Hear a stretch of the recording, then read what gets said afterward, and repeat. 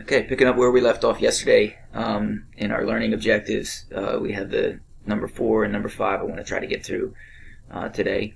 The first one, and we'll get to do a couple of, we'll do a confidence interval and a hypothesis test start to finish. So if you have your templates handy and you want to use those, have them out. So here we have the National Association for Educational Progress, NAEP, Young Adult Literacy Assessment survey. Interviewed a random sample of 1,917 people. All were 21 to 25 years old. They had 840 men, 1,077 women. Okay. The mean and standard deviation for the scores on the NAEP's test of quantitative skills were X bar 272.4 for the men and 274.73 for the women. Construct and interpret a 90% confidence interval for the difference in mean score. So this is going to be a 2-sample t interval on our calculator. Based on the interval, then we're going to go to a statistical inference level. We're going to try to think about a null and an alternate hypothesis, but use the interval to interpret it. Okay, so let's go to the template. Okay, so I'm going to use my confidence interval template again, and I don't have a Greek letter mu, so we'll just say, suppose that's mu1. A little lowercase would be better. Let me do that. True mean skills score for men, U2.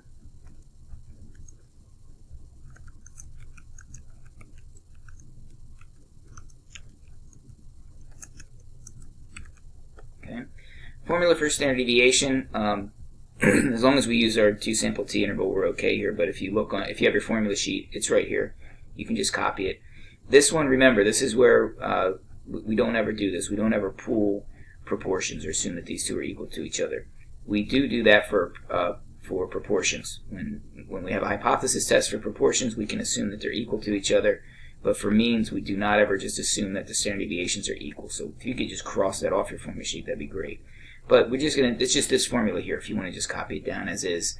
Now we're using SX instead of sigma, always for inferential statistics. So now we have our conditions for inference. Okay, so for SRS, it does say right here, random sample. Okay. We also have very large samples, right? There's a total of 1,917 people, but there's 840 men, 1,077 women. So we're good on SRS and normality.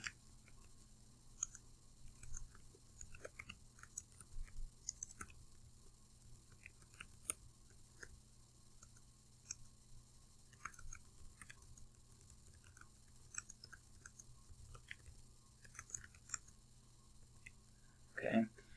And then we also have 2 independent samples, right?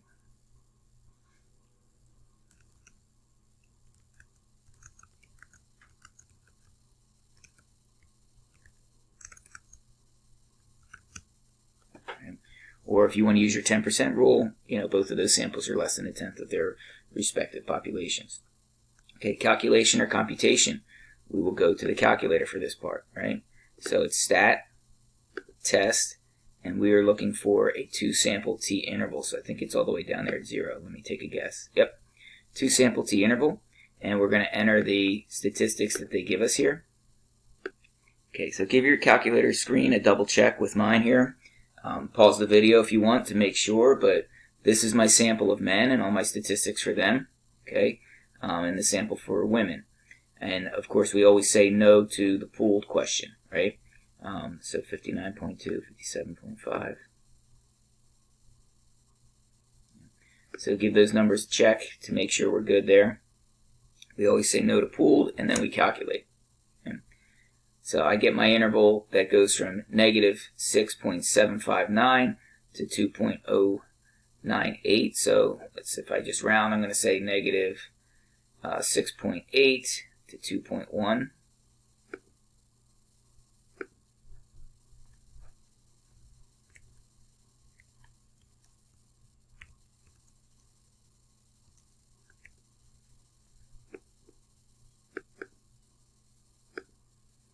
And then same answer here. We are 90% confident that mu1 minus mu2 is contained in this interval.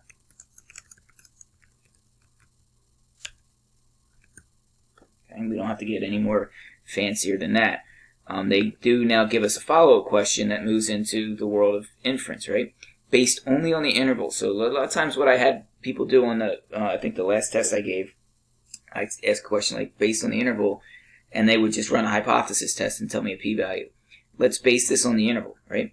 Is there convincing evidence that there's a difference in these two means? So let's look at that interval, right? You can see that there are negative values and positive values in that interval, which means 0 as a true mean difference would be a plausible value for that difference. And that would be our null hypothesis. Our null hypothesis would be mu1 minus mu2 equals 0, or mu1 equals mu2. So based on this interval, the answer would be no. We do not have convincing evidence that that difference is different than 0. It doesn't mean that we have evidence that it does equal 0. It just means we don't have convincing evidence that it's not 0, right? If this whole interval was negative, or this whole interval was positive, then I could say I'm 90% confident that that true difference is not 0. And I don't have that kind of evidence here, okay? So let's move on to the next one, treating AIDS. And this one I think we'll get to do a hypothesis test start to finish. So we have the drug AZT, was the first drug that seemed effective in delaying the onset of AIDS. Evidence for AZT's effectiveness. This came from a large randomized comparative experiment.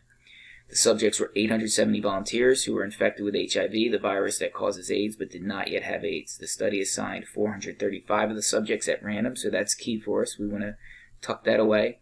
So 435 went at random to AZT, and 435 took a placebo. At the end of the study, we had 38 of the placebo subjects and 17 of the AZT subjects had developed AIDS. So this is not going to be a mean test, right? It's going to be proportion. We're going to have one proportion is 38 out of 435, and the other one is 17 out of 435. Okay, and it looks like the 17 is a smaller proportion than the 18, 17 out of 435, but we're going to see if that's statistically significant. Okay, so we go back to our hypothesis test template. Okay, so my two parameters now, their proportions, so we use P1, not mu. So P1 equals true proportion of AZT users that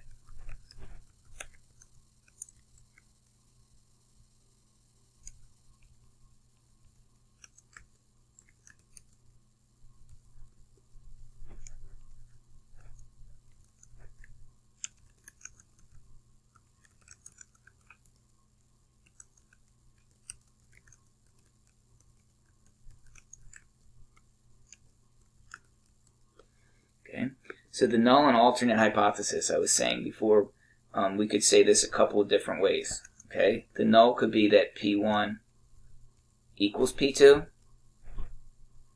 or that's what I usually do. I'm just going to write P1 equals P2, but I want you to know you might see something like P1 minus P2 equals 0. Okay, or the other way around, P2 minus P1 equals 0. You just have to be careful how you set the alternate, right?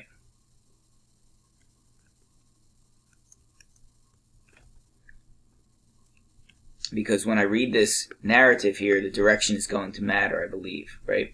Do they provide convincing evidence that taking AZT lowers proportion? Okay, so we want that proportion of AZT subjects, and let's be careful how we put these in, because I wrote AZT first, and they give it second as the number. So let's just make sure we track with that when we're entering these values in, so we don't confuse that. So any of these are okay.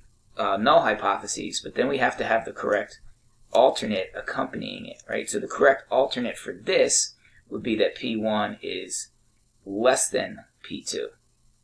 Okay, if I put that 17 in first, or P1 minus P2, this thing would be less than 0 if we set it up that way, or P2 minus P1 is greater than 0. Okay. For me, the ones that make the most sense are these first two. Just easier for me to wrap my head around it that way. Okay. SRS, they did randomly assign the subjects.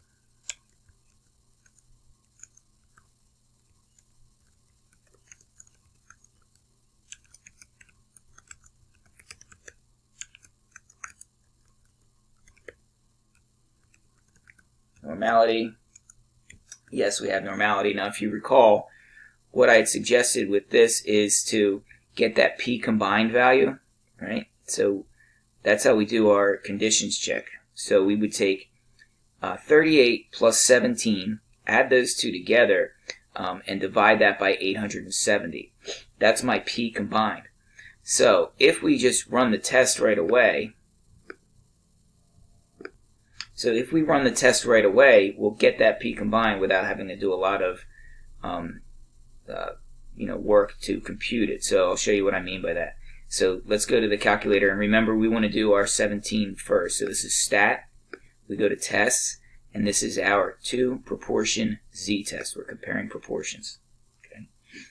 So we had, for the AZT group, there were 17 out of 435 that contracted the virus. Oops. And in the second group, there were 38 out of the 435. Right? Remember, what we were trying to see is if this group P1, I put them in as P1. Your textbook authors might do it in a reverse order. But I wanted to see that P1 was less than P2. Okay? So the calculator is always going to compute the difference. It's going to take whatever you put here first minus whatever comes second. So you have to remember that when it does the difference, especially for a confidence interval, if we're seeing if it's positive or negative. So now when I calculate, I get my P combined. See how it's 0.06? Okay, so when I check my conditions for inference here, if I go back here, I really only need to do it once. Since both samples are both 435, right, then I can just do 435 times 0.06 greater than 10, and also 435 times 0.94 is also greater than 10. Okay, so my normality condition is satisfied there. I don't have to do it again because the other sample was also 435 and we pulled that P combined. So I think that makes the process a little bit easier rather than me having to find that 0.06 on my own, right? If I had to do that on my own, then I'm adding up 17 plus 38 divided by 870. I don't want to do that right now because I want to keep this here. So I have my test statistic negative 2.9 and a p-value 0.0017.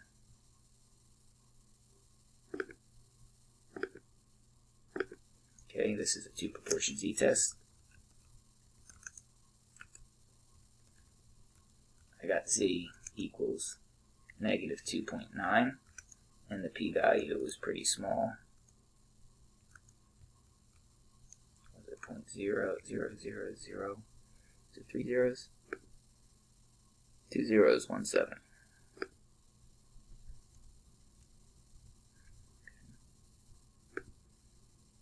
And like I said, if I had wanted to, 17 plus 38 divided by 870. 0.06. That's P combined, but the calculator did it for us, so we might as well take advantage of that, right? So our conclusion, low p-value, we reject H0.